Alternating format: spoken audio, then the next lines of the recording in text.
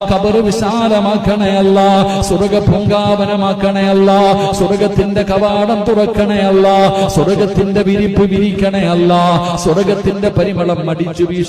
പാലക്കാട് മണ്ണാർക്കാട് തച്ചമ്പാറയിലാണ് ഈ അപകടം ഉണ്ടായത്. കരിമ്പ ഹൈസ്കൂളിൽ പഠിക്കുന്ന വിദ്യാർത്ഥികളാണ് അപകടത്തിൽപ്പെട്ടത്. 4 വിദ്യാർത്ഥിനികൾ ഈ അപകടത്തിൽ മരിച്ചു എന്നാണ് മനസ്സിലാക്കാൻ കഴിയുന്നത്. ക്രിസ്മസ് പരീക്ഷ കഴിഞ്ഞ് വീട്ടിലേക്ക് മടങ്ങുമ്പോൾ ബസ് സ്റ്റോപ്പ് കഴിഞ്ഞ് നടന്നു പോകുന്നതിനിടെയാണ് നേരെ എതിർദിശയിൽ നിന്ന് വന്ന നിയന്ത്രണം വിട്ട സിമന്റ് ചാക്കുമായി പോയിരുന്ന ലോറി ഇടിച്ചു തെറിപ്പിച്ചത്. നിയന്ത്രണം വിട്ട ലോറി കുട്ടികളുടെ മേലേക്ക് ഇരച്ചു കയറുകയായിരുന്നു എന്നാണ് ദൃക്സാക്ഷികൾ പറയുന്നത്. 4 പെൺകുട്ടികൾ മരിച്ചു എന്നുള്ള 8ാം ക്ലാസ് വിദ്യാർത്ഥിനികൾ മരിച്ചു എന്നുള്ള വിവരങ്ങൾ പുറത്തു വരുന്നുണ്ട്. ഒരു പെൺകുട്ടി അത്ഭുതകരമായി രക്ഷപ്പെട്ടു എന്നതാണ് നമുക്ക് മനസ്സിലാക്കാൻ കഴിയുന്ന വിവരം.